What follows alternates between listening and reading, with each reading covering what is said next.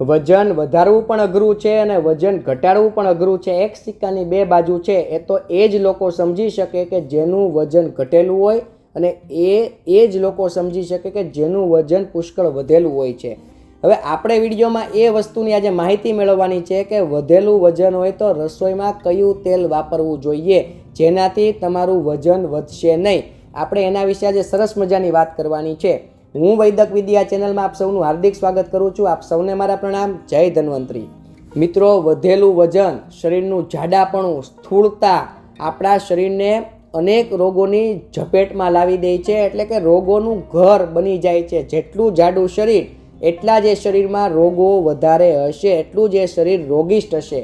અને જેટલું પતલું અને મીડિયમ શરીર હશે એટલું જ એ નિરોગી શરીર હશે. અને એમ પણ જેનું શરીર સ્થૂળ હશે એ લોકોનો દેખાવ પણ સારો ન બતાય, એના સુંદર દેખાવમાં વિક્ષેપ ઊભો પડે, એટલે કોઈ પણ વ્યક્તિને ગમતું નથી. એટલે એ વજન ઘટાડવા પાછળ અનેક મહેનત કરતું હોય છે.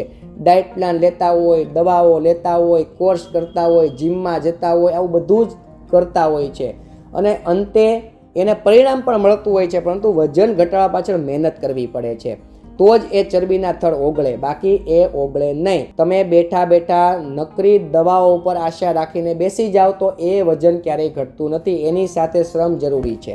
પરંતુ આપણે રસોઈમાં તલનું તેલ ખાવું જોઈએ, તે પછી કાળા તલનું તેલ ખાવ કે સફેદ તલનું તેલ ખાવ, કોઈ પણ તલનું તેલ ખાવું જોઈએ. કારણ કે તલનું તેલ ખાવાથી તમારું વજન વધતું નથી. એટલે જે લોકો એનું વજન ઘટાડી રહ્યા છે એ લોકોને એક સ્વરૂપે મદદ મળી જશે.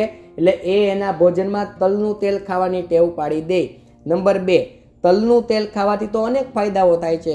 એ વાયુનું શમન કરનાર છે, ચામડીના રોગોને મટાડનાર છે, તમારા ચામડીને ચમકીલી બનાવનાર છે, વાળ માટે પણ તે અતિ ગુણકારી છે.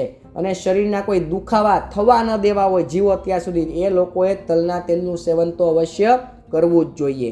આની સાથે તમારે વજન ઘટાડવું હોય તો થોડીક તમને ઘરગથ્થુ ટિપ્સ આપવા માગું છું કે તમારે બટેટા ખાવાના ક્યાં તો બંધ કરી દેવાના, કાં તો એકદમ ઓછી માત્રામાં ખાવાના છે. કારણ કે બટેટા છે તે તમારા શરીરની ચરબી વધારવાનું કામ કરે છે. નંબર 2, શક્કરિયા જે લોકો ખાતા હોય એ લોકો પણ થોડુંક ધ્યાન આપે કે શક્કરિયા ખાવાનું તે બને ત્યાં સુધી ઓછું કરી દે. ચણા જે લોકો ખાતા હોય, વાલ જે લોકો ખાતા હોય, આ 2 કઠોળ બને ત્યાં સુધી ઓછા ખાવાના છે. કારણ કે આ 2 કઠોળ ખાવાથી પણ તમારું વજન છે તે ક્રમશઃ વધતું જાય છે. જે લોકોને અવારનવાર હાલતા ને ચાલતા મુખવાસ તરીકે ડ્રાયફ્રૂટ ખાવાની ટેવ હશે એ લોકો થોડોક સમય, જ્યાં સુધી એનું વજન ઘટાડવું છે એટલો સમય પૂરતા ડ્રાયફ્રૂટનું સેવન ન કરે. જે લોકોને એનું વજન ઘટાડવું છે એ લોકો કેળાનું સેવન ન કરે, કારણ કે કેળાનો સ્વભાવ છે વજન વધારવું. જે લોકોને વજન ઘટાડવું છે એ લોકો મીઠાઈનું સેવન બિલકુલ ન કરે, કે મીઠાઈ કે દૂધમાંથી બનેલી કોઈ પણ લિક્વિડ આઇટમ હોય એનું સેવન તમારે નથી કરવાનું.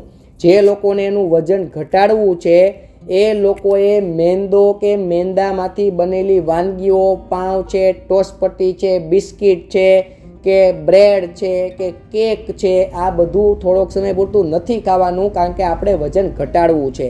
જે લોકોનું વજન વધારે છે એ લોકોએ ઠંડા પીણા છે, મિલ્કશેક છે, આઈસ્ક્રીમ છે કે અન્ય કોકો છે, આવી કોઈ પણ વસ્તુ તમારે નથી ખાવાની. ક્યાં સુધી નથી ખાવાની? કે જ્યાં સુધી તમારા શરીરનું વજન ઘટી ન જાય ત્યાં સુધી તમારે આ પ્રકારની વસ્તુઓનું સેવન નથી કરવાનું. તમારે તમારું વજન ઘટાડવું હોય તો તમે બપોરે સૂવાની ટેવ ભૂલી જજો. કારણ કે જેટલા તમે બપોરે સૂવાની ટેવ પાડશો એટલા જ તમે રોગિષ્ટ થશો અને એટલું જ તમારું વજન વધતું જાય છે. વધારાના ચરબીના થર જમા થતા જાય છે. એટલે બપોરે સૂવું હોય 10 મિનિટ તમે સૂઈ શકો છો, અન્યથા તમારે સૂવાનું નથી. થોડુંક તમે લોકો ધ્યાન રાખશો, પરેજી પાળશો તો તમારું વજન છે તે બિલકુલ વધશે નહીં અને વધેલું વજન છે ધીરે ધીરે ઘટવા લાગશે. આપ સૌને મારા પ્રણામ. જય ધન્વંતરી.